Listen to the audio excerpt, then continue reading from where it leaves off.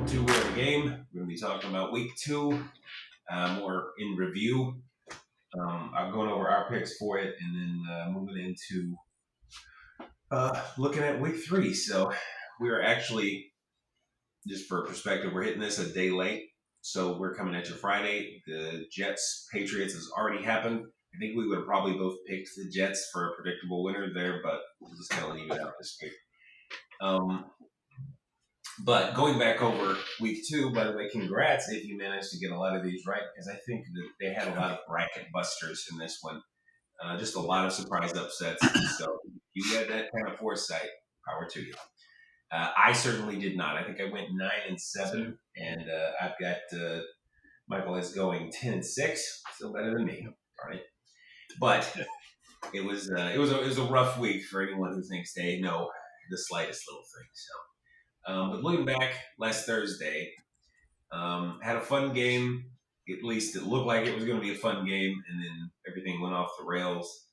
Bills just toasted Miami. It honestly looked like they were going to lose even before Tua went down. He was having a rough game, and then just took significant amount of icing on that cake. He gets absolutely smashed. So still hoping that he gets healthy. I know there's the whole talk of him. Maybe he ought to consider retiring. And it's like, well, I guess, but it's always, it's got to be his decision. So we'll see what happens there. But the Bills really look like even more certain after week 1 than I was after week 1 that they really are fully reloaded. Like their defense did not take a step back, even with the loss of Trey White and Poyer and so on. So they look like a top 2 or 3 team in the AFC right now. We'll see what they can do moving forward. Can they stay healthy? But that game really, I think, convinced me even more of who they are. So do you see anything different in that game? No, I mean, I agree with you. And I don't want to spend too much time on Tua, but what a tragic thing there. It gets to me, like you already pointed out, it already seemed like the game was over. And so, to take it reminded me of Jordan Love. The game was already over, and then they took a hit, and that's like 2 quarterbacks. Obviously, I think, similar injuries, it seems like, in terms of timeout from what we know. We'll see what Tua decides. But, I felt like Buffalo has looked so strong in their first 2 games. They look like they could have an injury or two and play through it, be successful without it. Allen just looks like he's a man on a mission to go and win games. So no, I think that one was handily in the opposite direction from what I picked, as I thought Miami would show up. So without going on any more on that one, moving over to the one I will cry the most over, which is Dallas, New Orleans. I'll try to take the short version of this one, which is that Dallas got embarrassed. I think it was the single biggest win of the week. It was a total and complete win by New Orleans. They also look very scary right now. Their offense is predictably, I think, good, maybe even better than predicted. But it's their defense that I think was a little surprising how effective they were. Obviously, in Dallas, there's a number of things that need to get figured out in a very short amount of time, as they've got their game coming up this week. I'll let you expand on anything. If I go any further, I'll start monologuing on all the issues I saw. Yeah, well, I'll probably be in that boat more than you this year. But for this one, what I felt like I came out of it thinking was the Dallas Cowboys have no run game. And when I say run game, not run offense, I mean, I don't think they have much of a run offense right now, but then they're very vulnerable on the other side of the ball. So, and to the Saints' credit, I should have mentioned this with the Bills. That's kind of the standout thing for them this year as well. Is I knew Josh Allen could pass. I didn't know that they had a run game with James Cook. Well, similarly, the Saints have revitalized their run game. Alvin Kamara looks 3-4 years younger. We'll see if that lasts through the year, if he runs out of steam or what. But right now, he just looks like a train. And I think they will. Their success, as good as Derek Carr's look, their success will go as he goes. As for Dallas, they need to. At the moment, their build, I think, forces them to try to get a lead and force teams to play an offensive style that suits Dallas's defense. Right. So you're pretty darn good against the pass. You can get Michael Parsons involved and Marcus Lawrence and your corners and such who are very optimistic. I think that's your best bet. I mean, every team always says we want to get out to a fast start because why would you not want to score on every drive? But they really need to stay in the lead. I think is the best place for them. But we'll see how they can recover moving into next week. But I don't think all hope is lost. Again, we talked about this the other day. They had a weird blip of a loss last year against my Cardinals, and it was just out of nowhere. We had this one win against what ended up being a 12-win team that didn't make any sense. So I wouldn't panic quite yet, but I understand that it was unpleasant to watch. I'm going to have 6 or 7 of those this year, probably. Next was a really fun but shocking. I don't know. I'm kind of proud of them. I have got the Bucs beating Detroit 20-16. And as I recall in this one, like every measurable statistically makes it look like if you just look at the box score, there's no way the Bucs should have won this game, but they just a few like there was there's that weird should have called a timeout or something like that. The weird clock management thing that the Bucs did. They continue to have weird little missed opportunities to capitalize on moments. They've got all the skill in the world on the field, and they've made little errors. Kind of hoping that continues into week 3. Spoiler, and we'll see. But it's Baker and company. They can be prolific. This week they really weren't, but they don't make a whole lot of mistakes. Baker threw a pick, but they don't make tons and tons of mistakes. So power to I mean that's pretty impressive. And it doesn't seem like it, but they're keeping pace with the Saints, even though they've scored about a third as many points, it seems like. But it's really about half. But anyway, so it was quite impressive. Detroit's probably going to bounce back. I'm a little scared of them this coming week, but we'll see. Did you get to watch much of this game, or any highlights at least, anything like that? A little bit, not as much as a few things that I read. That's about it on this one. So I don't have tons on this. From what I saw, it was like you were saying, is Baker doing just enough? And we talk about Baker regularly as being kind of a heir apparent in many ways to a Ryan Fitzpatrick, and a similar kind of will yourself down the field kind of guy, or can be at times. It seemed to me like this was not the game where he was willing himself up and down the field. And, we talk about when Fitzpatrick was not on, it made it a bigger question mark.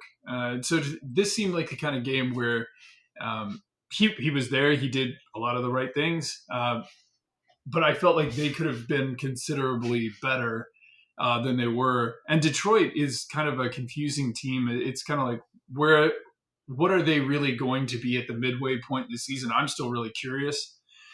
Because like you've said, it's like on paper, it's like, man, they were actually a high production team in a lot of regards. Are they just finding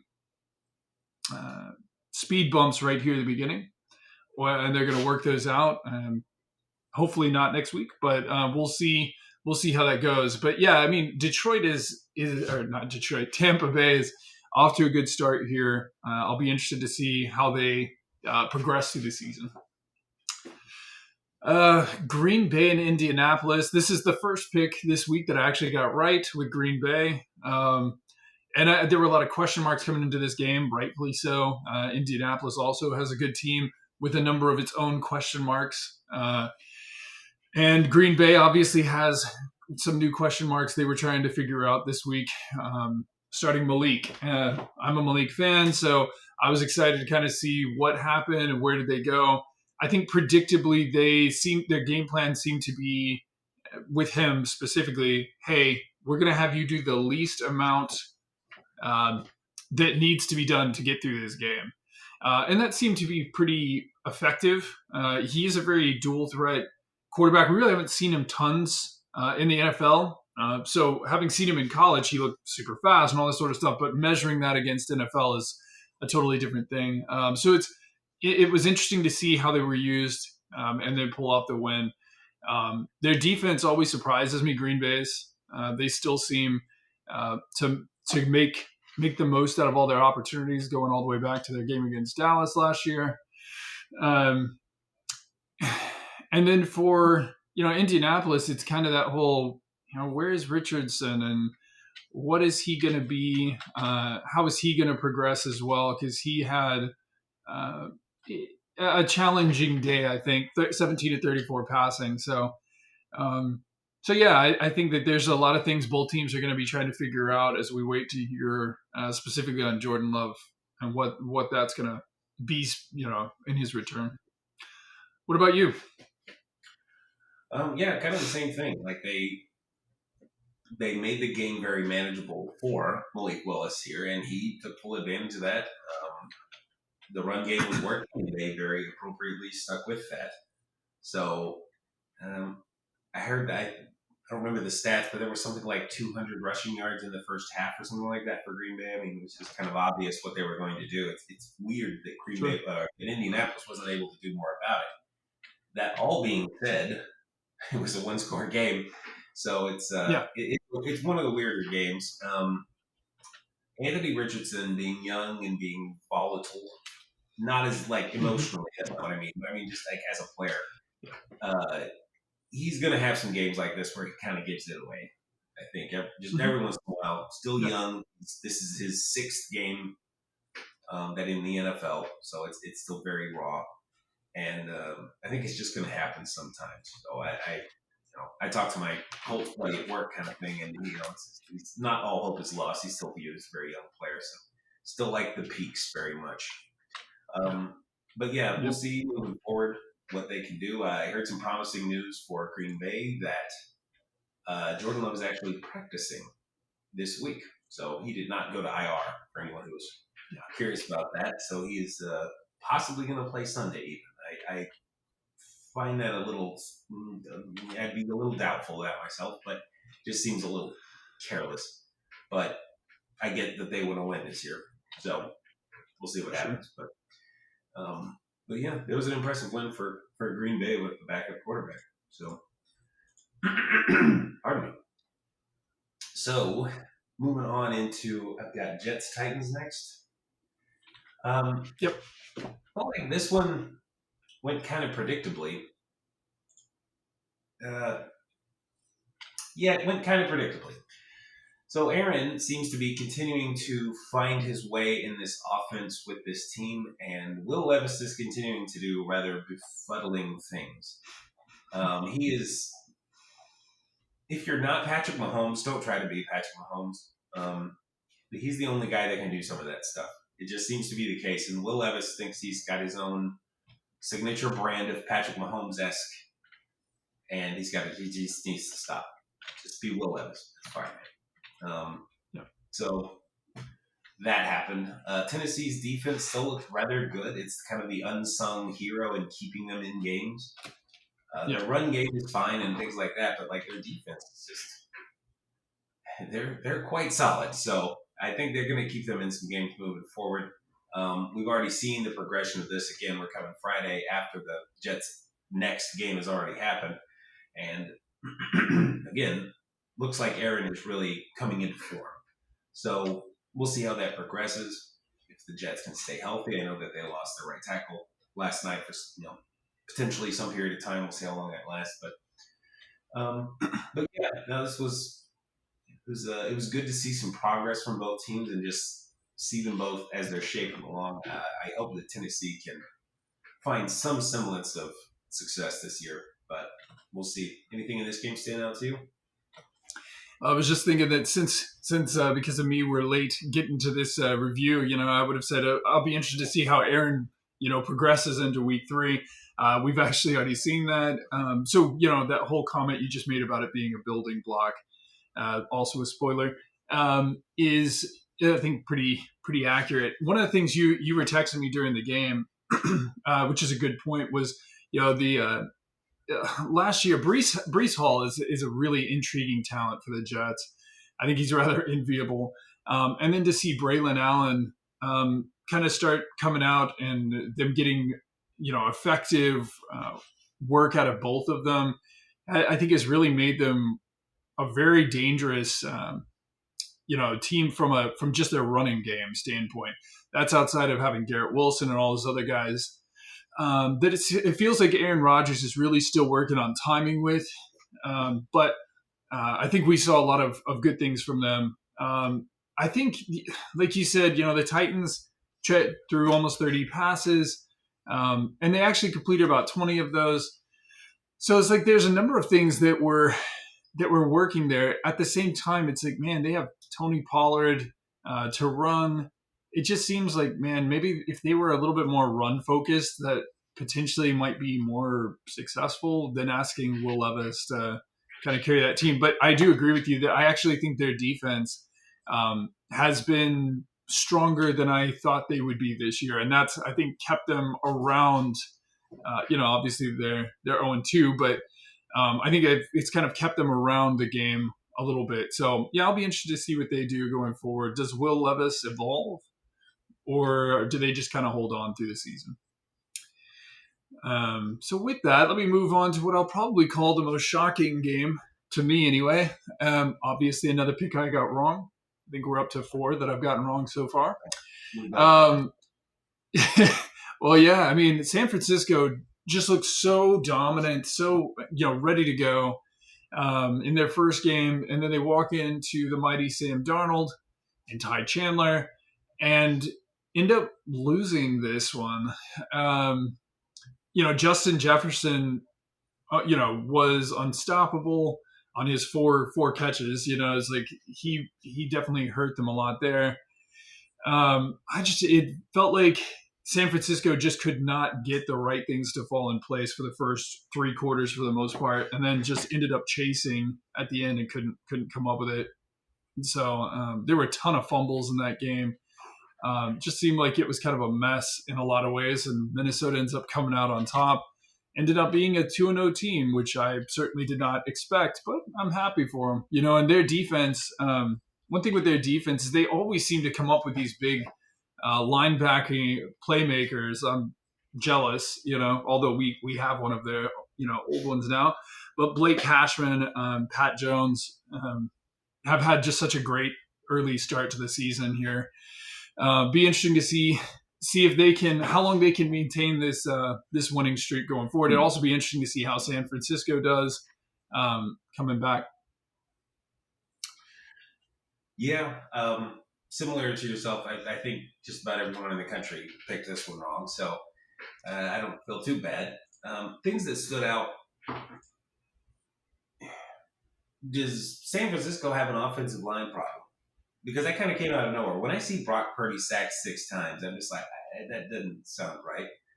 So that'll be something to keep an eye on moving forward. I know Trent Williams and them are still healthy. He, had that weird offseason stuff, but that seems to be all settled, and he did great week 1. So I don't know if this was a fluke, if Minnesota just had an amazing game plan for some really elaborate blitz packages or something. I don't know, but we'll need to look more into that and keep an eye on it, because that will derail San Francisco's system if they cannot keep Brock Purdy upright. Jordan Mason continues to be the fantasy pickup of the year.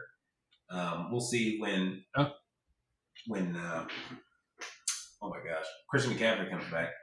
But they also took another hit going into the next week. I believe I saw that Deebo Samuel is going on IR. George Kittle, I don't think is completely healthy, so their problems are starting to stack up pretty high here in old San Francisco.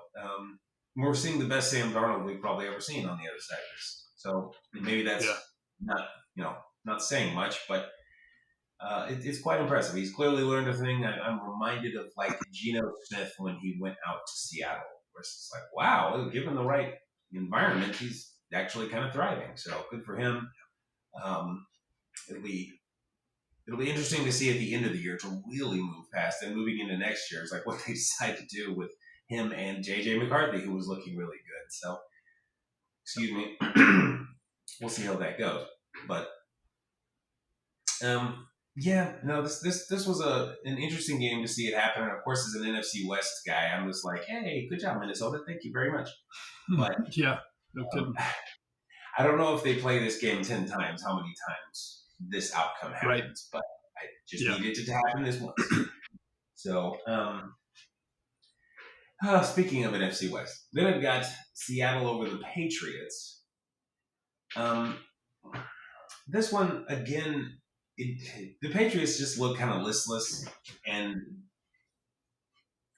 I can't I can't help but include what happened on Thursday night of Week 3 into my assessment of the Patriots. Uh, Yeah. the Patriots do not look like they're there. Their defense is actually still pretty solid. Getting picked apart by Aaron Rodgers puts them on a very long list of teams that have had that happen to them. And they held on to Seattle, and I think took it overtime. Just couldn't quite finish them off. So it's kind of two weird teams. I don't really know exactly what Seattle is. They have a lot of pieces, but I'm not for some reason I'm not really scared of them. And Yeah. then the Patriots. I mean they're well on their way to a top 5 pick. I think that's kind of predictable. I think it's what we predicted actually when we talked months ago about them, and I don't see much way around that at this point. I've been kind of impressed by their defense. It has really hung in them, hung hung in there and kept them in some games. But yeah, I just don't see much moving forward for them. But we'll see. We'll see for Seattle what they can do moving into Week 3. So, do you notice anything different in this one? I don't know. I think similar to you, I think my opinions would be pretty much the same. I think that, you know, the Patriots, I think the thing that they did well in that game was that they made Seattle one dimensional. There was there's just no running game at all. With that being said, Seattle has a lot of a lot of talent in their wide receiver core, and they went to town. 2 receivers over 100 yards. I think that that's still a good idea, a good strategy. I think it worked out obviously pretty well for New England. The other thing is New England does have a running game. I think that we can now officially say that Stevenson is a lot better of a running back, or has been a more effective running back than I had thought he was going to be. And I really appreciate the way that they're using, which is, hey, we're going to run you 20 times a game. Whether you get 6 yards a carry or 3 yards a carry, we're going to run you. I think that worked out pretty well. And it would also appear that Jacoby Brissett only knows how to find number 85 passing, as he passed 149 yards. 109 of them were to Hunter Henry, which I always love when Hunter is having a good day. But that's just they've got to figure some more stuff out there. And again, it is Jacoby Brissett, who I don't think that they're even really pretending that they think that he's their long term solution per se. So we'll see. Yeah, I think next game up was Washington and New York, which I think we both picked Washington to win that. And I just don't think. Oh, this was your pick for the Giants to pull this one off, right? Yeah. So I expected Washington to win this. I kind of expected it to be a bit more of a margin than 3 points. I think that for me the big thing in this game was a more a little bit more matured Jaden Daniels appeared to be in this game. I just think he wasn't trying to force things quite as much. And Brian Robinson just kind of took the game the rest of the way. Which again, I think right now with what they are, I think this is a better mold for them. I think that here you've got a young quarterback who likes to run. He didn't run nearly as much. 10 times is still too many, in my opinion. I just don't like him getting hit so much. He also took 5 sacks. But then you're going to your running game and you go into your tight end. So you had Zach Ertz in there with 4 passes. So I think that's what I kind of hope to see out of him going forward. And then Daniel Jones doing Daniel Jones things on the other side. To me, I felt like that was really the big difference. in the game. It's just kind of the way that they were used and who they were going to and what they were trying to do. And Malik Neighbors, I think looked great and was, very nearly the difference maker in that whole game. I think outside of that, it's pretty. I think that one's a pretty straightforward one. What was your take on these two teams, and do you see them kind of like evolving here any? Washington has some room to evolve and grow because they have a young quarterback who's gaining reps and gaining experience, and that's great. But I don't think Daniel Jones is going to be anything other than what we've kind of already seen him to be. I think there's no real evidence to the contrary on that one. So, I was glad to see Malik Neighbors getting the ball. He got targeted a lot. Those are almost Cooper Cup kind of numbers. But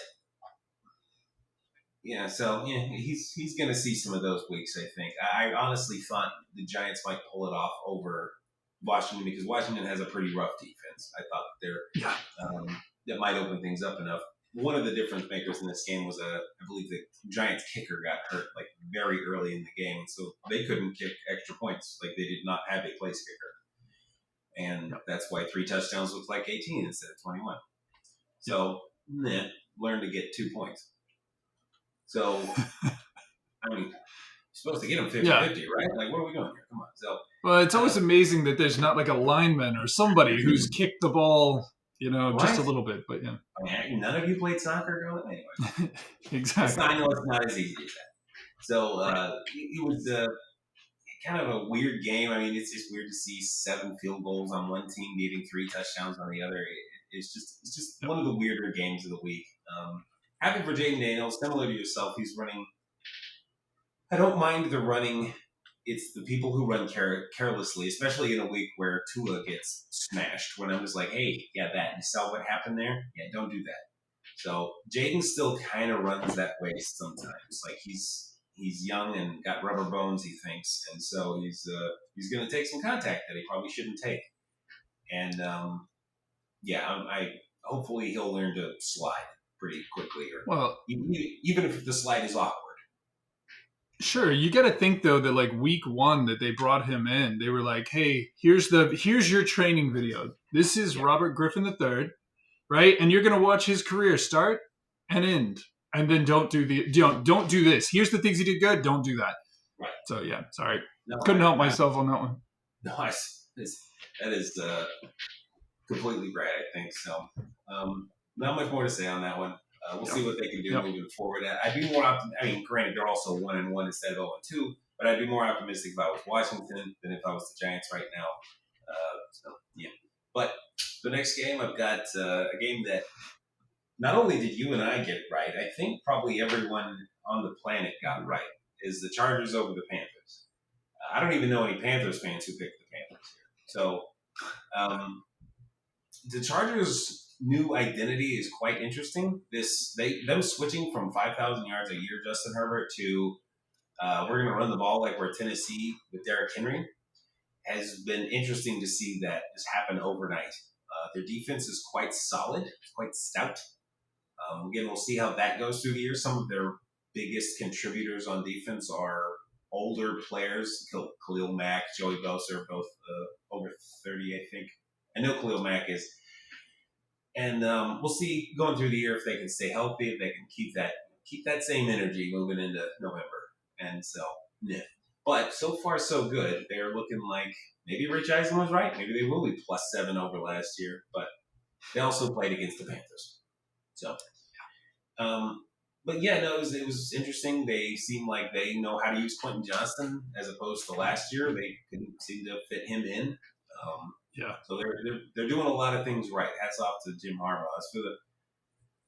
As for the Panthers, obviously the news has already come out that they've benched Bryce Young. It's going to be Andy Dalton moving into week 3.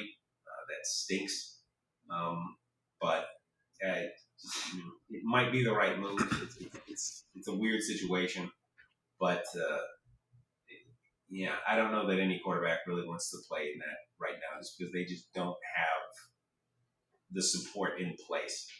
So it's gonna be rough for whoever. He only got sacked twice, but whenever I watched anything about it, it seemed like he was getting smashed just constantly. So yeah, did you see any other takeaways from this one? Uh, yeah, a little. I think my perspective on the Bryce Young thing is a little different. But real quick on the Chargers side, I think you already outlined it. I think they did everything right. Right, you got up big in the first half. What are we risking? What are we risking? Right, and so I really like the way that they played the game. It makes it harder for me to assess exactly like how dangerous is that offense because they kind of just said, hey, we're gonna shift down in the second half on offense. But yeah, they're pretty exciting to watch. I'll be interested to see where they go. On the Carolina side, I actually looked at that, and in some ways, I actually felt like maybe it's hard to determine whether the play calling was we're going to shift this back to running just short yardage plays. Right? Bryce Young had 18 completed passes for 84 yards. I, I just and even with that, he threw an interception. So is that play calling? Is it decision making? Obviously, there's a lot to try to assess there. In one way of looking at it, it's like, well, he completed 18 to 26 passing. Maybe there's some positives there. I mean, he did complete a pass to like 8 different guys. There are things to try to take out of that, but I'll be very interested to see how Andy Dalton fares in his first couple of games. Andy has a place in my heart. I've seen that guy take a beating before. I'll be interested to see how he does here, and that going forward. But yeah, it's probably plenty on the old poor Carolina. If you're a Carolina fan, my heart goes out to you. I'll try to be supportive all the time I can be. Cleveland and Jacksonville. I think this was predictably a close game. I think I had Cleveland. I can't remember what you had in this one. Did you take Cleveland? Same, Or yeah. did you take? Yeah. I think that the game was obviously very close. I think the biggest takeaway for me in this game was Deshaun Watson. It's a game you win. That's great, but I still don't feel like they won that game because of Deshaun Watson. I feel like they won that because their defense came in and made Trevor miserable, and the running game for Jacksonville pretty challenging. Uh, I don't see on the offensive side exactly where where Cleveland's going. I would say for me that's a huge concern for Cleveland because they have a great defense. It's just what are we doing on offense and how is that going to progress going forward? For Jacksonville, you know, obviously they've got some things they need to try to work out starting off 0-2. They need to make some adjustments pretty quick here, I think, or they're going to be in a hole that's probably too big to overcome. Again, I'm a little surprised that we didn't see more from I always think of Gabe Davis as kind of, big game Gabe. Just waiting to see like where we're going, with all of that. So that's kind of how I saw the game. Where were you on that one? Kind of the same. I was just thinking while we were talking, is like, I mean, at a glance, I'd say that Cleveland would have won this game with Bryce Young at quarterback. Like, it was just not. Yeah. It's that difference. If they won with him, they did not win because of him. And if Right. the bits I've seen of this game and week one, he's not comfortable. He's not in rhythm. It almost made me think that he's trying to play a style of football that is not what the NFL is anymore, because the NFL's changed in the last few years. And it makes me think that he is a man out of time, so to speak. And so I could be wrong, and maybe he fully adapts and figures it out and becomes great. Who knows? But just what I'm seeing right now, it does not seem like his game is working in the NFL that exists now. I will give him this possibility. One, their defense seems to have taken a step back. It is not the dominant historic thing that they had last year. It's still solid. I mean, allowed 13 points to any NFL team was a pretty good show. But I don't think it's the just nightmare fuel that last year was. And also, if the San Francisco 49ers can be noticeably off track because of the loss of Christian McCaffrey, then the Cleveland Browns can be off track a bit because of the loss of Nick Chubb. So it's possible when he comes back, it'll get them in tune just a little bit more. But Sure. they are not they're not a little bit away from being a dominant team. They are 3 or 4 or 5 steps away. So they need to figure it out and figure it out quick. We've touched on in the past, there's no getting rid of Deshaun Watson for the near future, no matter how you define near future.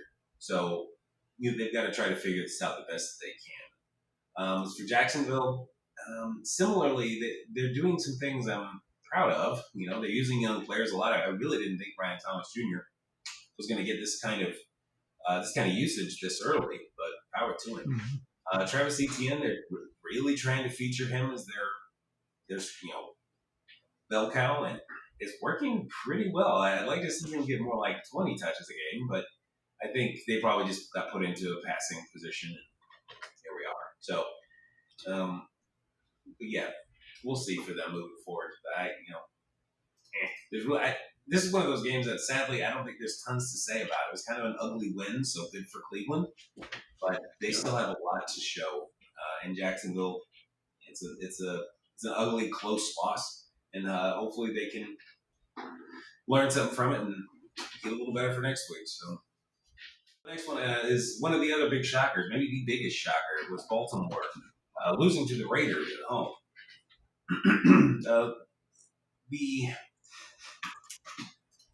The Raiders, this may have been like a good Gardner game.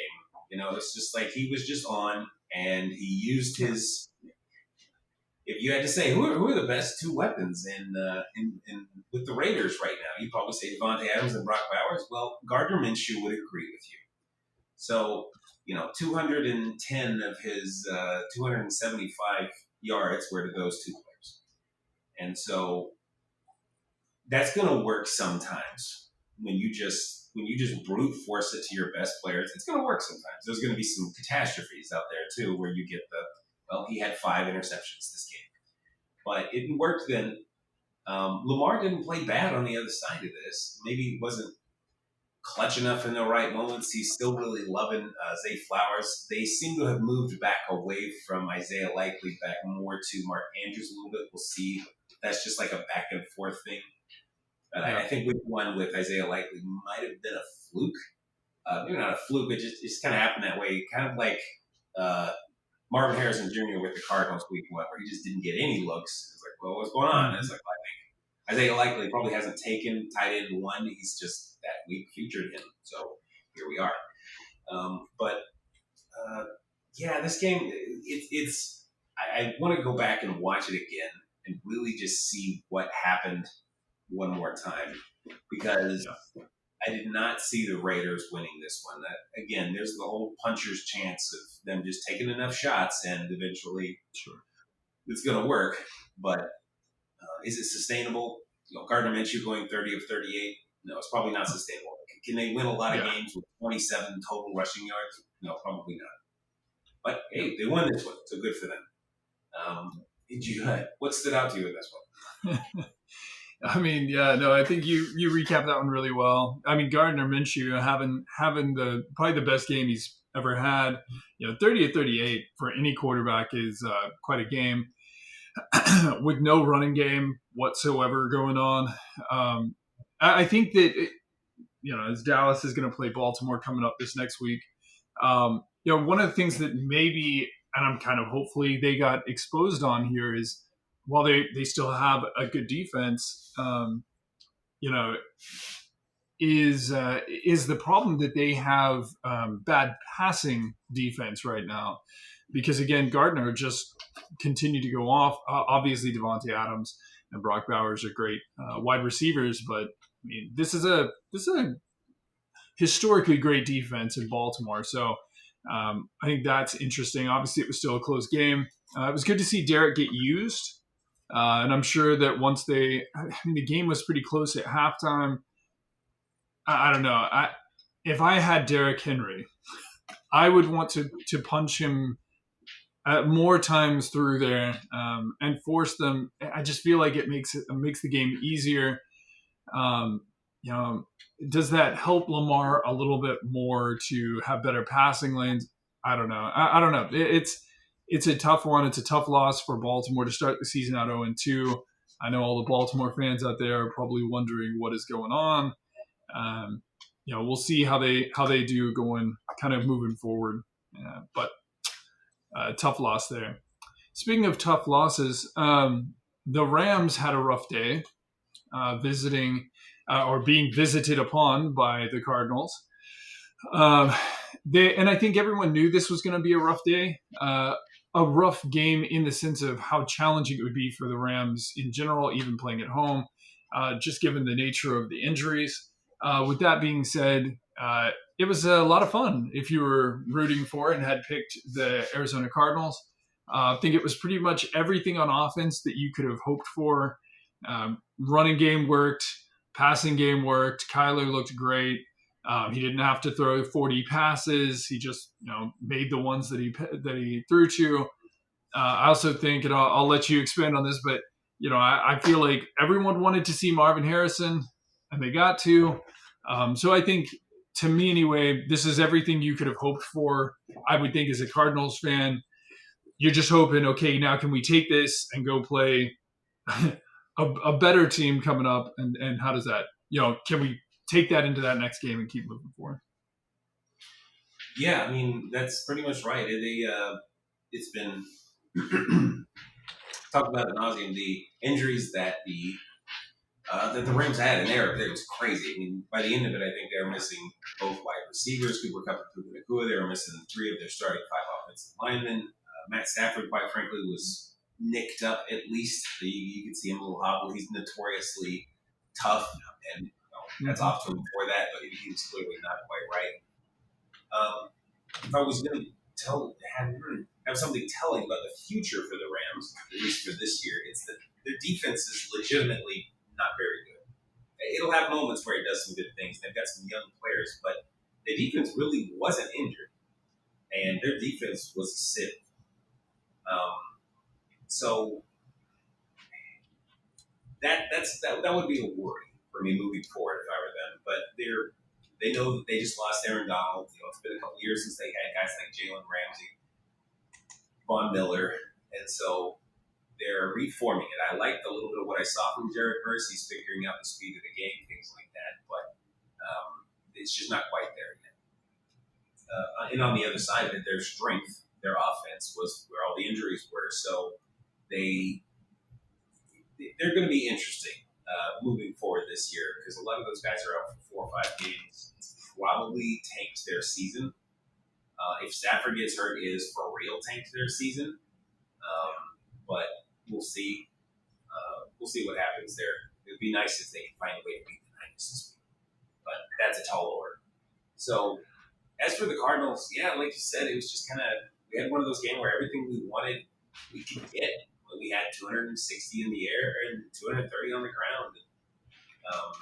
We took our foot off the gas at the end. It wasn't even Kyler didn't even finish the game for like the last 10, 12 minutes of game time. Everything. It was just it was what we wanted to see. On the Marvin Harrison Jr. stuff is encouraging, not just because of the on-schedule stuff, but because Kyler and him started to understand what each other were looking for and what each other were going to do on off-schedule plays. Like, oh no, Kyler's out of the pocket. He's running for his life.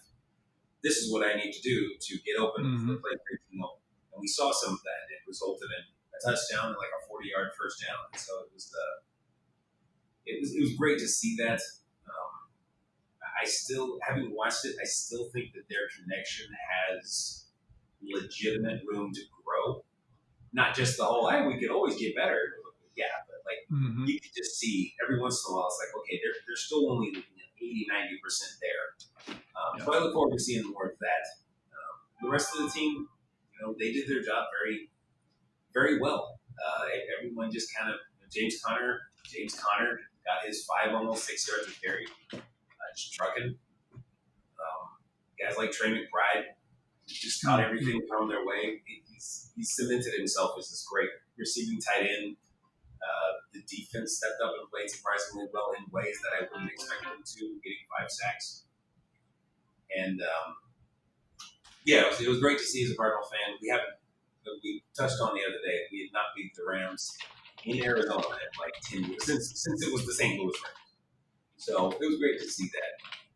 So yeah, moving into Pittsburgh, the Broncos next. I felt like this was kind of predictable, but I mean it's what we both predicted. I think again, as most people predicted outside of Denver. But yeah, I mean that defense just really went to work. There's still a problem. TJ Watt is he's kind of everywhere. And again, that's what we said was probably going to happen. You look at it, you see Bonix had a lot of yards. Like he was moving the ball down the field. Had a couple of costly mistakes. It's just not working yet. I still have some hope that he'll eventually run into a not so nasty defense, but for the time being, he's got to deal with what's in front of him. So he's growing, he's learning. They don't, I mean, I'll say similar to the Panthers, but on a less depressing scale. They don't have the greatest roster around him, so Yeah. he's learning. Hopefully, he can just stick with it and not get demoralized by it. On the other side, I see stuff from Justin Fields that on occasion reminds me of the stuff, kind of what we described from Malik Willis, where he's kind of managing the game, which is actually a smart thing for him. He uses his mobility, it's most of the time intelligent way, and passes when it makes sense. He's not the most accurate passer or anything like that, but it's not terrible. It's just he's trying to keep them in the game, take field goals, things like that. So kind of happy for him. I don't know that this is sustainable, that they can keep on winning. I mean, they're not going to, well, I would say that. They're not going to be 17-0. That wasn't what I was trying to suggest. I just mean eventually they're going to need more out of him than what he is offering at the moment.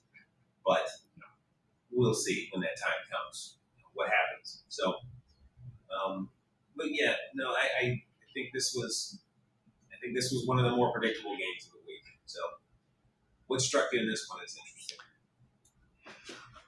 Well, the most interesting, starting with Denver, and I didn't watch the fourth quarter of this game, so I'll have to go back and look at it. But I do wonder how many of the yards Bo picked up were kind of in that fourth quarter, as Pittsburgh just kind of like said, oh, "Okay, cool, we're up enough."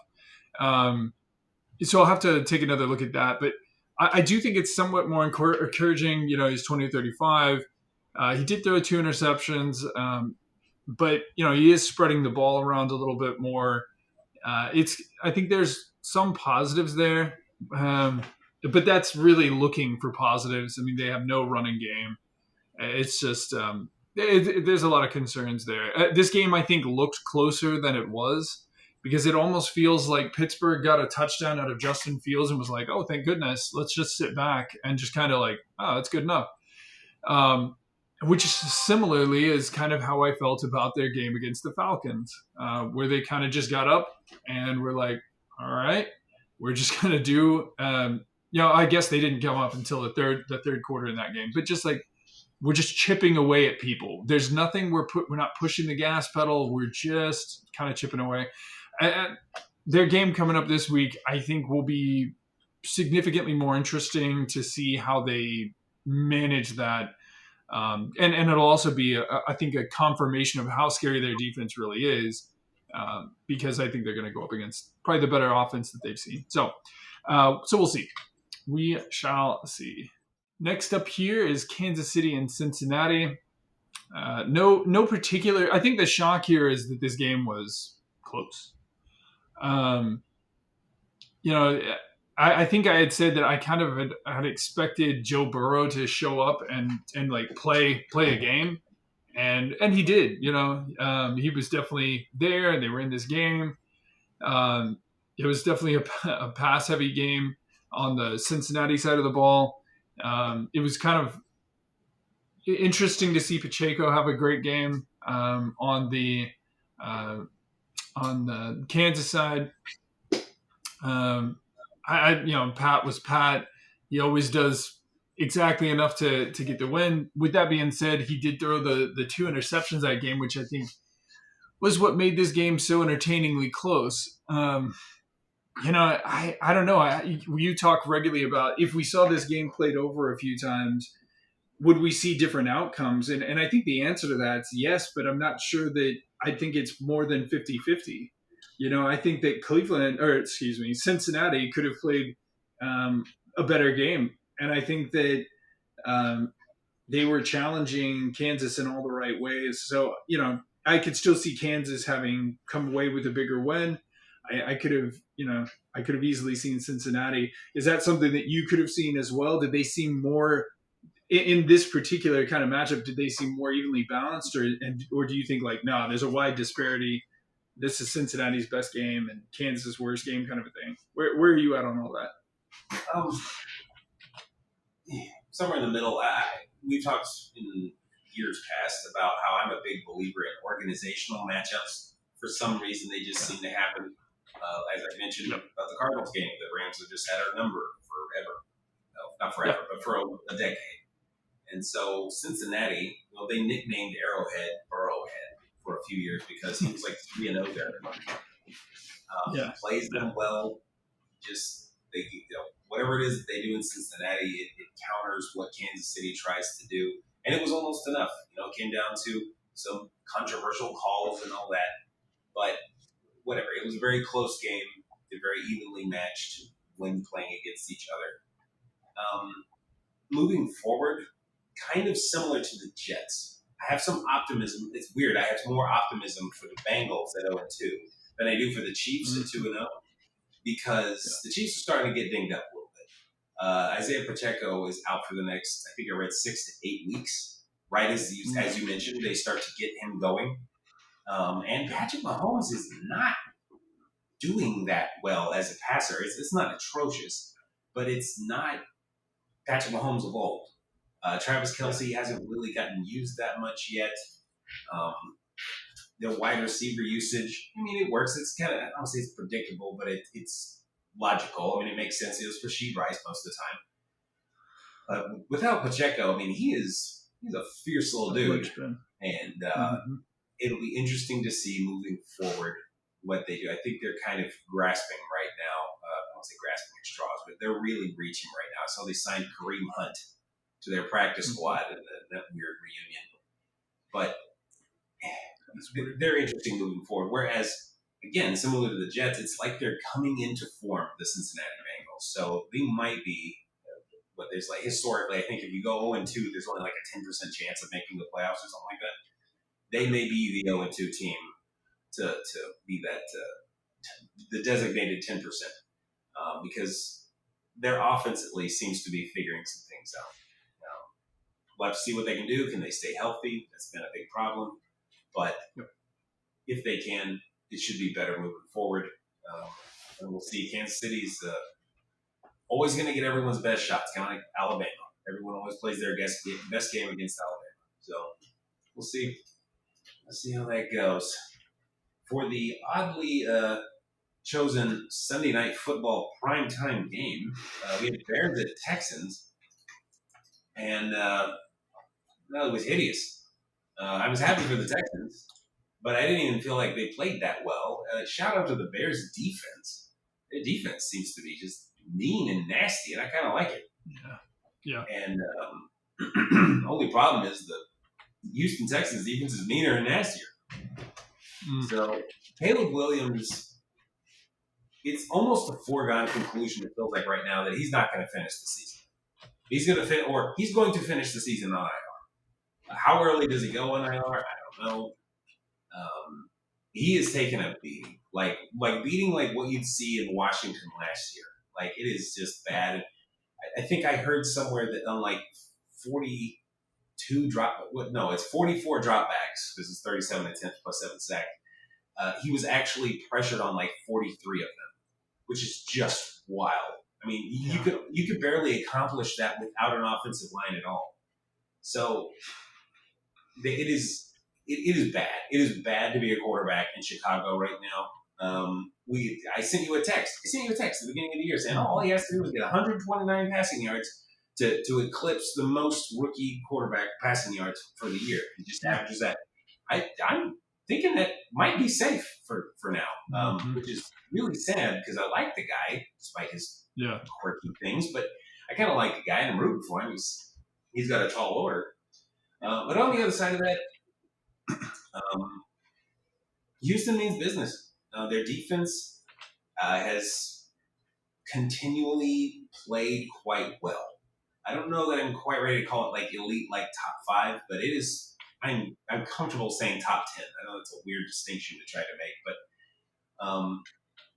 we'll see with Joe Mixon how he's doing. I think I heard that he's going to miss at least 1 week with that weird hip drop tackle. It wasn't a hip drop tackle, but we'll see what's happening there because he was really revitalized himself. Kind of reminded me of Alvin Kamara a little bit, except for less of a receiving threat. Right. But yeah, Houston, they are every bit the AFC threat that we thought they were going to be coming into the season so far. I mean, beating the Bears by 6 points may not seem all that impressive, but it was just, even if their offense has a off day, their defense is complementary. Like, it's not a complete liability. So I'm confident that Houston is going to be relevant for the rest of the season. So what do you think on this one? Yeah, I mean, I think that I think my only surprise is that the game was that close. I felt like in the second half, Houston, the game was still pretty close in the second half, and it just felt like they couldn't make the same motion in the second half. And I still think Cam Akers has a lot to offer.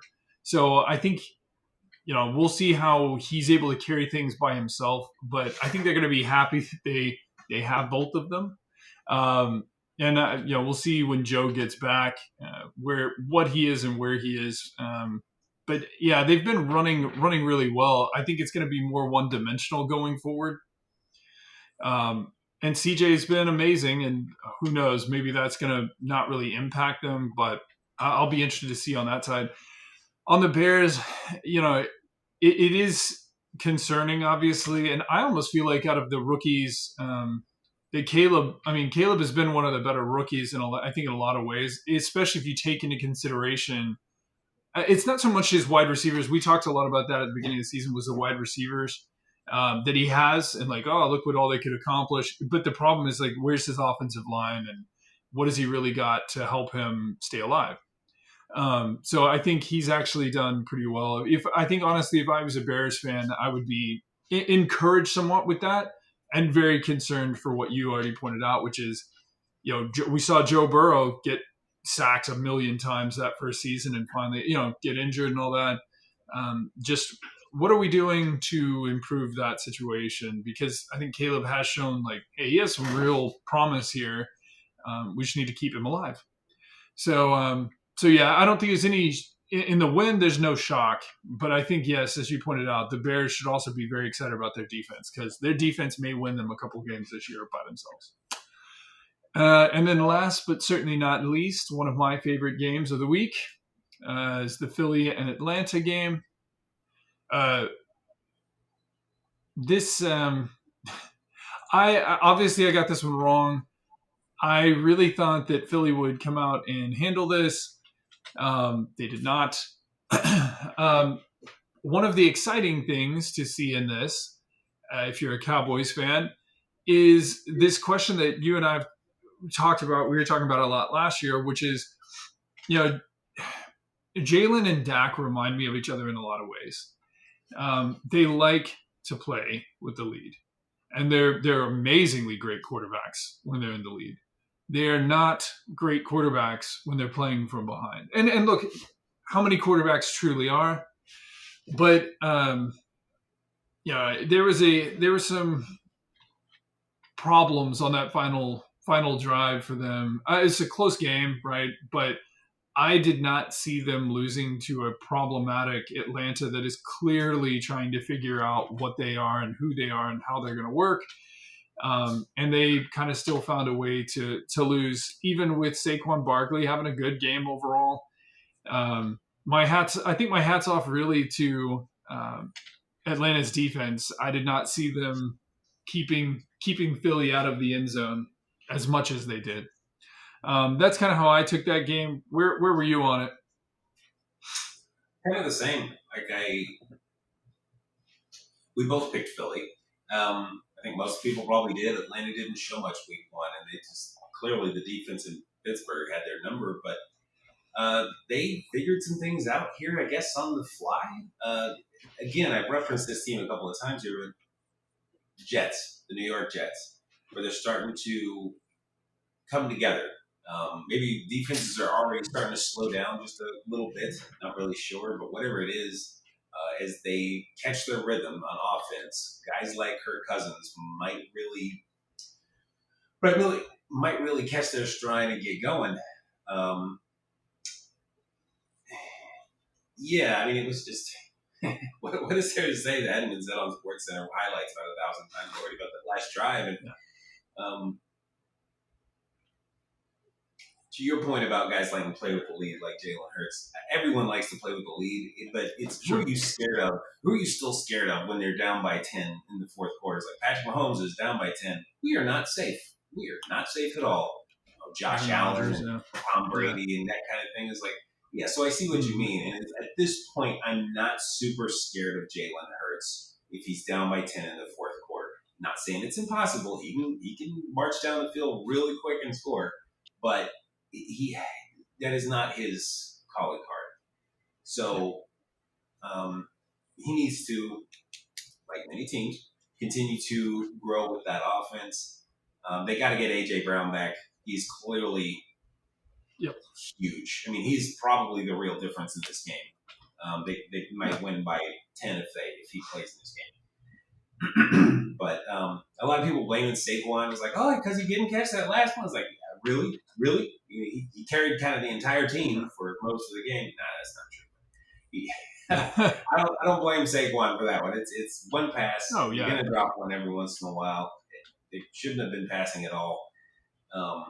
But it's gonna happen. But yeah, we'll see as they move forward. I think Atlanta might be figuring some stuff out. It'll be really interesting to see what they figured out coming into next week because they get to play Kansas City. But I mean, yeah, that'll be fun. And then the Eagles better figure it out real quick because they got the Saints next week. So they are red hot. But yeah, that's kind of all I had for this week. I'm looking forward to talking about next week. Yeah, we'll see if we have better luck in picks, All right, let's take a look ahead at week 3 and the matchups. As we've mentioned already, we're a day behind, thanks to me. The New Jersey-New England game has already happened, which New Jersey, came across. The Jets came through and won the game pretty handily against New England. But looking ahead to Sunday afternoon, Cleveland and the Giants. Cleveland's had struggles, which we've talked about. They're still obviously looking to figure out the Deshaun Watson side of the ball. We'll see what that goes into. With that being said, I think New York has so kind of little figured out on their side, and I don't think there's much to figure out there.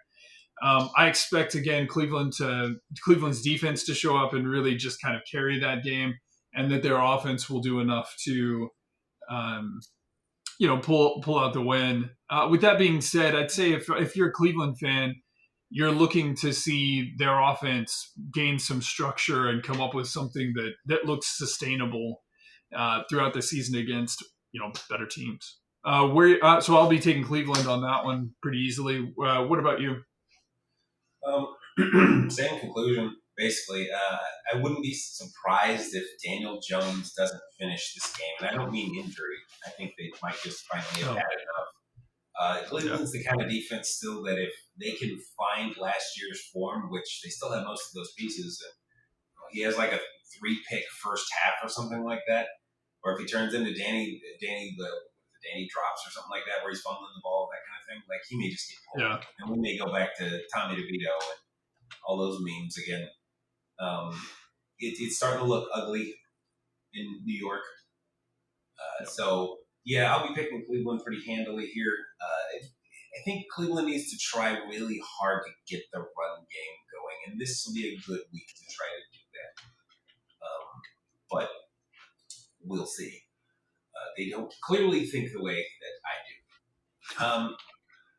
For the next one, we got Tennessee at. It's Green Bay at Tennessee. The format's different. Mm-hmm. Mm-hmm. Green Bay at Tennessee, kind of ironic. Malik Willis coming home. We should point out, there's still a chance of some level that the Jordan Love actually plays this game. I just don't think it's going to happen, but it could happen. If it does happen, I'd pick Green Bay. But since I'm saying it's not going to, I'll make my choice based on him not playing, which means I'm actually going to pick Tennessee here. Their defense has played quite well, and if Will Levis can stop doing Will Levis things for a minute and just hand the ball off, they can win this game, I think. In Green Bay, for all the great things they did last week, they put up 16 points. And Tennessee is capable of being that good or better. So I'm going to pick Tennessee here. Won't be surprised if I'm wrong. Will Levis seems like he's got kind of a hard head, but we'll see how that goes. You see this any different? I'm actually going to stick with Green Bay. That may be my ongoing love affair with Malik. But I think Will Levis right now, to me, he just seems he does some great magical things, but it seems like the thing that he magically does the best is make the big mistake. And I think I'm not sure that I think that he's done with that. I almost feel like this is going to be a game where I expect to see Tennessee come out running full bore. I would assume that they're going to say, Levis, go throw the ball, go do whatever you want. We might as well, right? Just go all out. And I think that for Green Bay, if their defense can handle that and manage it, and they can put up a few points here and there, that's the best case scenario for Green Bay.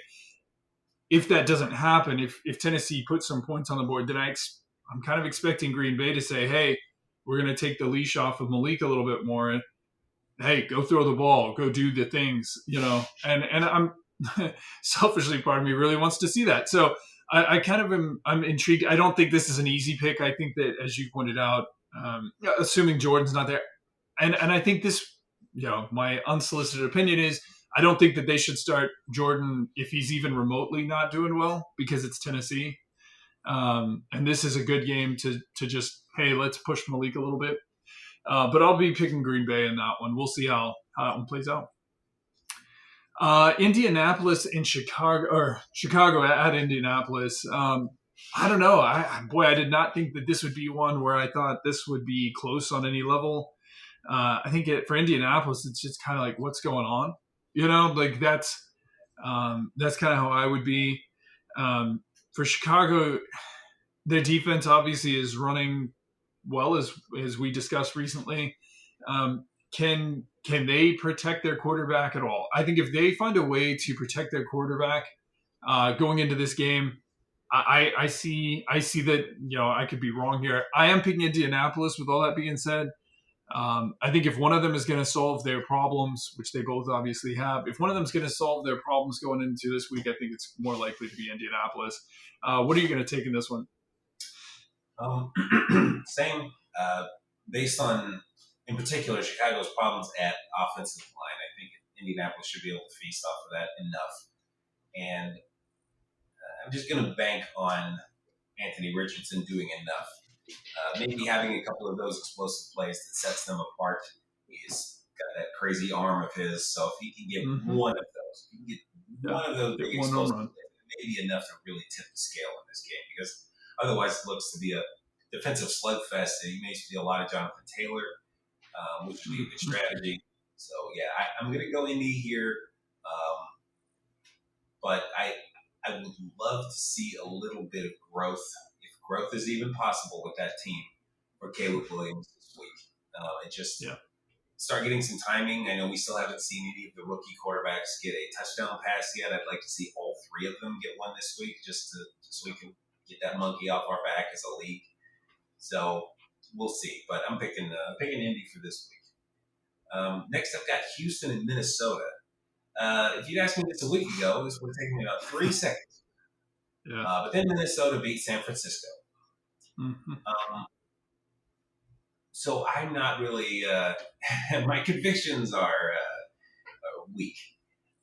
But I will probably go with Houston as the short version of this. I need to see it a bit more. The problem is not that I haven't liked what I've seen from Sam Darnold. The problem is still that I've seen 5 years of Sam Darnold before this, Yeah. and they don't mesh up. So I'm waiting for them to mesh up. And that wasn't a lispy way of saying mess up. But, yeah. Anyway, so Houston is going to keep doing Houston things. Their injuries are starting to matter a little bit.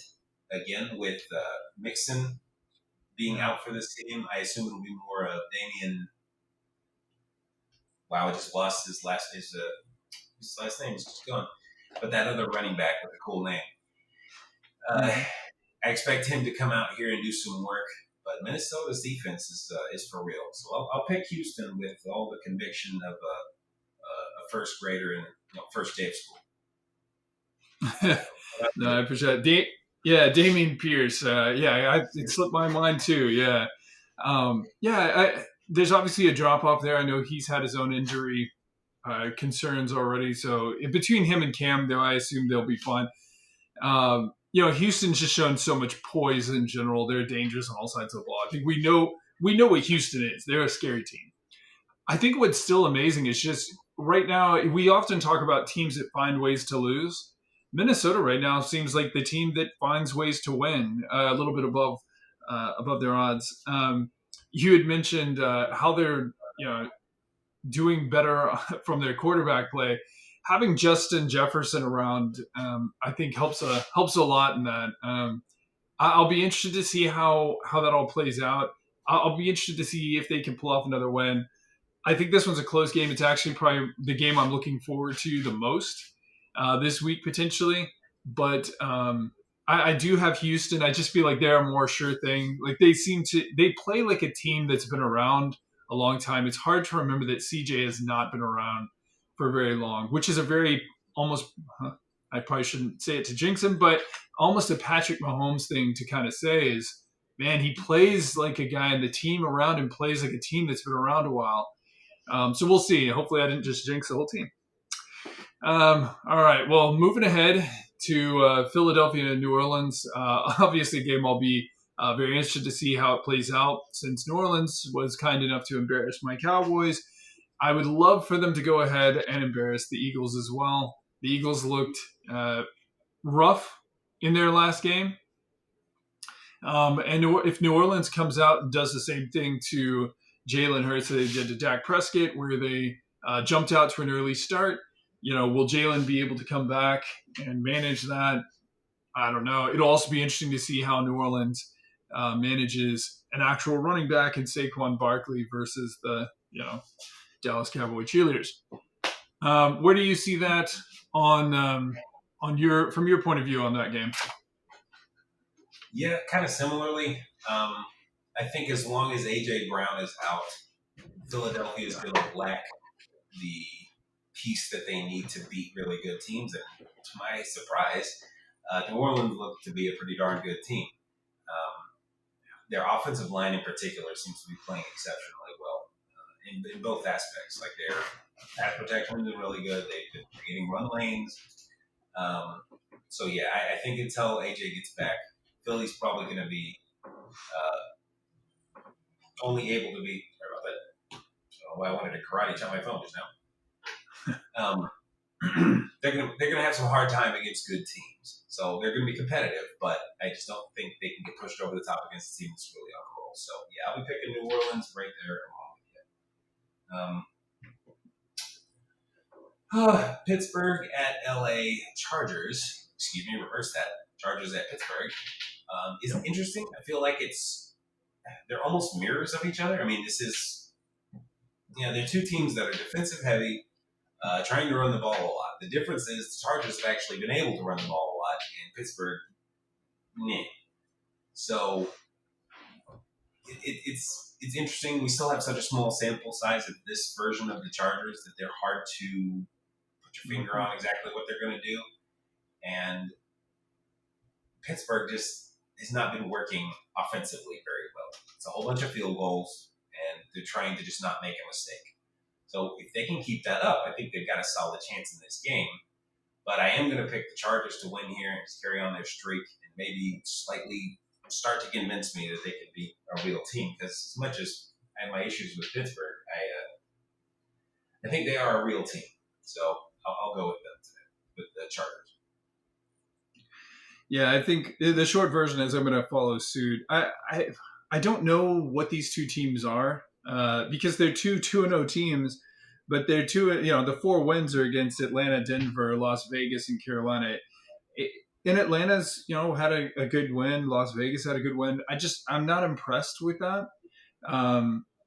So it's like it should be an interesting matchup in a lot of ways. I kind of think they're very similar.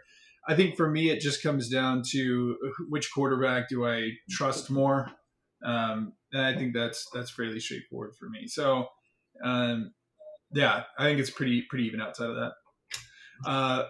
In contrast, and a game I expect to not be competitive is Tampa Bay or Denver at Tampa Bay. Denver just obviously has a lot that they're working on figuring out. Tampa Bay is looking pretty good overall. Uh, you know, if this game is a close game, I would think that was a win for Denver. So yeah, I'll see where that goes. I think if Bo, like you pointed out, if Bo can put one in the end zone, that would be, I think, a real victory. An achievable goal this week against Tampa Bay. What's your pick? I'm going Tampa here. You said Tampa, right? Yes. Okay. I want to make sure I write that down. I'm going Tampa as well. Similarly, Tampa seems to have it more together. I don't know that they're really a Super Bowl contender. I'm just not sure. But they are solid. They're more than solid. So Denver's still figuring out everything about who they are. We'll see. To your point, I would like to see Bo Nix get a touchdown pass in here and just be efficient to continue to grow a little bit. But other than that, this game doesn't have a whole lot of. It's not that compelling for me. So, just moving into the next one. Another game that doesn't have a whole lot of intrigue is Carolina at Las Vegas. Las Vegas riding high right now, coming down with that win against the Ravens, making them 0-2. Gardner having one of his better days, and that was impressive. They still don't really have much of a run game, but when he's really slinging it, and he's just saying, "I'm going to throw to my best 2 guys," then there's not a whole lot that you can do. Right. It's something I think will continue this week. I don't think Carolina has a whole lot of answers for guys like Devontae Adams and Brock Bowers. So, and I don't think Carolina has a whole lot going on offensively on that side of the ball either. We'll see with Andy Dalton. He has been known to come out and just fearlessly throw the ball, and he's going to need to. Even if he throws 5 interceptions, just keep throwing it, bud. You may as well, because you are the only reason why that team will have any chance at winning almost any game this year. So I'm going to pick Las Vegas with a reasonable amount of certainty. So where do you land on this? This is going to be my crazy pick of the week. I'm actually going to pick Carolina to win in Vegas, and I'm going to chalk that up to a change of pace. I think teams have been, prepping for Bryce Young, which probably didn't take very long. And now you're going to Andy Dalton, which, obviously teams have seen plenty of him through the years and all that. But I do think it changes things up a bit. I think it makes the running game probably more possible. So we'll see how that goes. I think that the wide receiver core will also respond to having some veteran leadership out there as well. So it's going to be a crazy pick. With that being said, I think Las Vegas is going to ride a high into that game. I don't think that there's any reason they're going to play worse. I just think that they're going to have to prepare differently for Andy Dalton than they would have. So that's going to be my pick on there. We'll see how that one plays out. But looking ahead to Seattle and Miami. This one's still an odd one for me. I've still like Seattle is very much they've proven they're a passing threat team. They had a really convincing game on from a passing standpoint. With that being said, I just don't know that I'm convinced in their 2 wins against Denver and New England that that's enough to really beat Miami.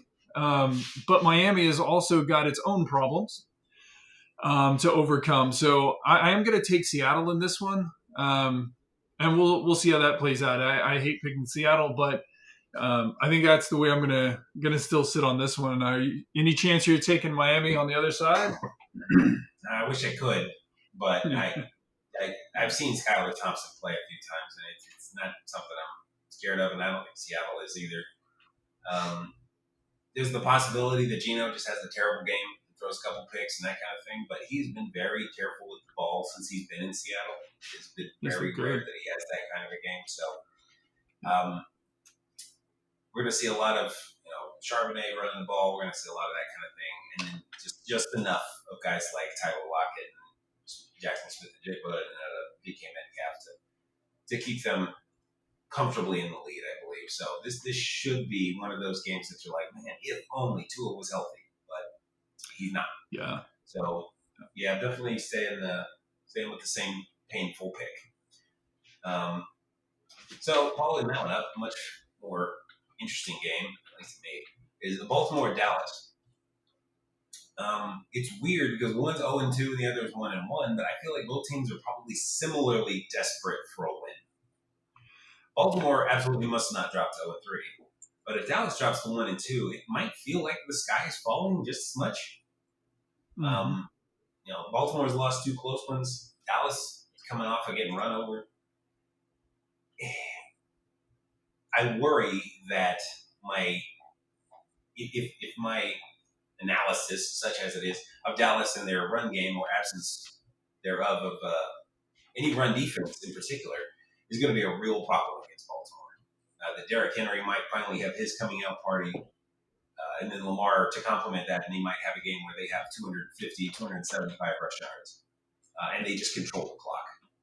So that would be my concern here. My gut tells me to pick Baltimore, that their back's against the wall and that they're going to need to have this one. So I know it's at Dallas, and outside of last week, y'all have really protected home field very well.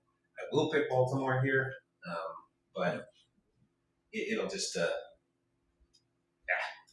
it'll just depend on if they can keep that running game going. So how about you? Yeah, I think your analysis of Baltimore. If I was them prepping for this week, it's great. We're handing the ball off and running quarterback runs and all of that until they stop us, and we're gonna put one in the end zone early, and we're just gonna run until they either put 9 guys in the box or whatever they have to do, and then we'll open the game back up. With that being said, I'm still gonna pick Dallas. Part of that's at home. I think the big thing for Dallas, obviously, as we talked about already, is Dallas has shown they have no run game, not just on defense, but on offense. I think that this whole running by committee thing has been an atrocity. That probably cannot continue. I think we need to commit to somebody running the ball 15 to 20 times. And it's probably not going to be the most effective run. But if we don't, we're going to give up all possession to a team like Baltimore, which is dangerous. I think one thing that's going Dallas's direction. Oh, the other big thing I think is seeing where we are with a number 2 wide receiver and who really steps up. Tolbert had a big game last week. I would love to see that again. Brandon Cooks out there. There's other options. It's just it cannot all be CeeDee Lamb all the time. And Baltimore knows that, although they looked pretty vulnerable to the pass recently. So we'll see how that all plays out. I just like to see them firing more on all cylinders. I definitely would love to see Dak have a game where he was accurate. We'll see how it plays out. Our defense had better show up to play. Yeah, that's for sure. All right, San Francisco and the Rams. The shortest version of this is the Rams are so beat up. I think if they were healthy, I would think this could be a really interesting game. That division, your division, plays so brutally against each other. I just can't fathom how an angry San Francisco is going to go to visit the Rams with what they have left, operable right now, and not win, and probably win pretty convincingly. I would love to find a reason why I think the Rams could pull that off. I can't find one. So I see San Francisco going in there and pulling off, frankly, a pretty easy win. What are your thoughts on that? You see any hope for the Rams in there? No. Yeah. I mean, the hope for them is their defense plays kind of like Minnesota's played last week, and Matt Stafford has the best game of his life with receivers that hardly anyone's ever heard of. Yep. But those are long odds, and I think they'll get their offensive line in San Francisco. They'll get their offensive line sorted out. I don't think he'll be taking 6 sacks again this season, let alone 2 weeks in a row, and that's probably about what they would need to win this game.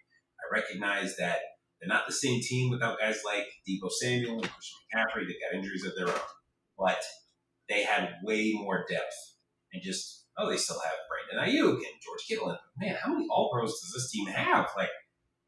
Plenty. Plenty is the short answer to that question. So I think LA's kind of more than they're reeling right now. So San Francisco, I think this is one of the easier picks of the week. Coming into the season, this looked like a good game, but now it's not. So San Francisco should get a very safe. Yeah. I don't say easy, but they should get a good win here. So now for this next one, I have heard pretty consistently. This one is throwing a lot of people, and it makes me happy because I thought it was just me and being a biased fan. Detroit at Arizona. Detroit coming off a painful loss when it seemed like most metrics they outperformed Tampa Bay. And Arizona playing the best game they've played in a couple of seasons against LA, an injured LA, but LA last week. I've heard people say that some of the things we do on offense, and especially stuff that we showed last week, would work well against Detroit. They don't have the best cornerback group. So guys like Marvin Harrison, Michael Wilson, Trey McBride, guys like that might really shine if we can get Kyler time. One of the things we failed to touch on when we talked about the Detroit game was Aiden Hutchinson. He had 4.5 sacks. That is some mean guy territory, and I don't want Kyler to have to deal with half of that. So sure. It will be big. Our offensive line has played well so far, but they'll really need to show up against him in particular. Now, I think we're set up to do well against something like that because we play a lot of what I'm learning is called 13 personnel with 3 tight ends. And one of them is really just a blocker. Yeah. So I think that we're set up for we could have some success there. Can we establish the run as we've been doing against them? Could give us a real chance. And on top of that, Jared Goff has really not looked very good to start the season this year. So that is my pathetic rationalization on why the Arizona Cardinals go into that Super Bowl. No, just kidding. Going to win this game. So tell me what you think. 100% with you. I'm 100% with you. This is at Arizona. I am unimpressed with Detroit as a whole. Okay, they've got Aiden Hutchinson. That's awesome. Reminds me of the Texans back in the day when J.J. Watt just came up. Yay, good for them. That's not a knock on Aiden at all. I hope that'd be great if he breaks the sack record this year. That'd be awesome. Don't do it this week. And when you think about it, I like Baker, and I really do appreciate him. And we've already talked about how beat up the Rams are. I mean, those are the 2 teams that they've played. Baker has a lot of high points. Getting away from sacks is not one of them. Kyler is significantly. There's a great replay from last week where Kyler probably should have been sacked 3 or 4 times in one play and then ended up throwing a touchdown to Higgins. I mean, I would not be shocked at all. In fact, I would be shocked if Kyler didn't get sacked in this game. But I just don't think that's enough. I think that your offense is running very balanced, and that's hard to defend. I don't care who you've got on defense. Goff, as you've already pointed out, is not a good, and we're comparing him to, teams that are really struggling in a lot of ways. The Rams in particular, Tampa Bay less so. But I don't know. My pick on that will be Arizona. They could surprise me here, but that's I expect them to win that game, and it kind of be. I don't want to say decisive, like hey, it's a 20-point game, but like decisive, like hey, they managed that, they had it under control. So here's hoping. Next up is Kansas City at Atlanta. I kind of think this will be a fun game. I'm honestly kind of looking forward to this one. I think Atlanta has had so much that they are trying to figure out and put together. And how do we get this to work?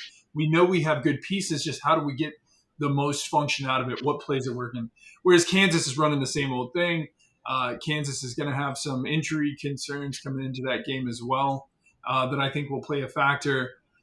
Which I think, again, may just make this an interesting game. I still expect Kansas City to win that, and a lot of that's Patrick Mahomes and his ability to find ways to win. But then, yeah, we'll see how that all plays out. Yeah, yeah. Yeah, for What do me, you think on that, man? Yeah, sorry to interrupt. Yeah, for me on this one, Kansas, it's interesting. One or the other is finding their stride. It feels like Kansas City's done fairly well, but they're still not exactly the powerhouse we expect on either side of the ball. The defense is fine, but it's not like last year. And their offense is just not doing what we thought they might do. Some of that's due to some injuries. Some young players not quite, everyone was really high on Xavier Worthy after week 1 because he had like 2 touchdowns on 3 touches.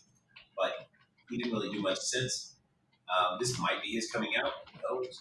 I have a sneaky suspicion that Atlanta, the game is starting to slow down for them. And so I'm actually going to pick them here. It's in Atlanta. Again, with Isaiah Pacheco being down, I'm going to pick Atlanta. So I can see this one being close, but maybe just like a Kansas City luck runs out kind of thing. This is probably my crazy one where I'm totally wrong. But it is what it is. I like it. That'd be exciting. That would be exciting. An interesting story. Next, we've got Jacksonville at Buffalo. This one's weird. They've got a history of weird games. There was a few years back where Buffalo lost to Jacksonville 6-9, and it's not like they were missing anything really. Josh Allen played, Stephon Diggs. They have weird games. I don't think this is going to be that. I think this will be more like the weird 40-0 game. Buffalo should win this one convincing. They're similar enough to the Cardinals. I'm celebrating this particular thing. They are very multifaceted on offense. They can run the ball. They can pass the ball. Their quarterback can run anything. Unlike the Cardinals, they actually have a really good defense. So I think Buffalo is just going to handle. I think this will be a convincing Buffalo win. So good job on probably 3-0 if I'm right at all. So what do you think about this? 100% agree. I mean, it's at Buffalo. Buffalo's already running on all cylinders. They don't have any particular injury concerns at this juncture. I think that'll be the big thing coming out of this game is like, hey, let's try to stay healthy. I think the biggest question for me in this is simply, will Jacksonville, because Jacksonville struggled a lot on offense, and that I did not expect. So will Jacksonville start to figure out what the issues are and be able to correct those? And kind of get back to being a much more potent offense that they were last year or not is really the only question I see in that game. And then last but certainly not least is the Cincinnati-Washington game. Cincinnati had a good showing last week in a tough game against Kansas City. It's at Cincinnati, so I think it's an easy pick for Cincinnati for me. With that being said, I think we've seen 2 Cincinnatis so far this year. I expect not to see the first one again, really. And I just don't think Washington quite has enough going with them. I want to see Jaden not try to do everything, which is still how it feels in the first 2 weeks. Is like he still. It feels to me like he still thinks he's in college, and you can't Johnny Manziel this. And you're going to have to work that out. I think he has more pieces there than he really thinks he does. And so I'd like to see them evolve some, but I really expect Cincinnati to pull out a win here at home. Where are you at on that one? Same. I think this should be Cincinnati. If I were a Washington fan, I would Mm-hmm. be just rooting for growth, just continued growth and development of the young players. Um, Specifically, Jaden Daniels. They don't have that many young players that stand out in my head. They've actually got an oddly old roster. But for Jaden Daniels, similar to Bo Nix and Caleb Williams, I'd like to see him throw an actual touchdown pass. He's already got an Indian zone on with his legs, but I'd like to see him do that. But Cincinnati, again, I'm kind of the mind that similar to last year. Last year it took until about week 5 when they played my Cardinals, unfortunately, when they figured out, it's like, oh yeah, we can win football games. And after that, they were more like the old Cincinnati Bengals until Burrow got hurt. Hopefully Burrow won't get hurt this year. But I think maybe they're catching their stride a little bit earlier. Again, they were a breath away from beating Kansas City, and that conversation being completely different. And again, similar to Baltimore and some other good teams that are 0-2, their backs against the wall. So they're going to be maybe not desperate, but of the mind that it's time to win a football game. So going to pick Cincinnati here, winning pretty comfortably over Washington. Yeah, it should round out a fun week. I'm looking forward to seeing how it goes. So see you all on the other side.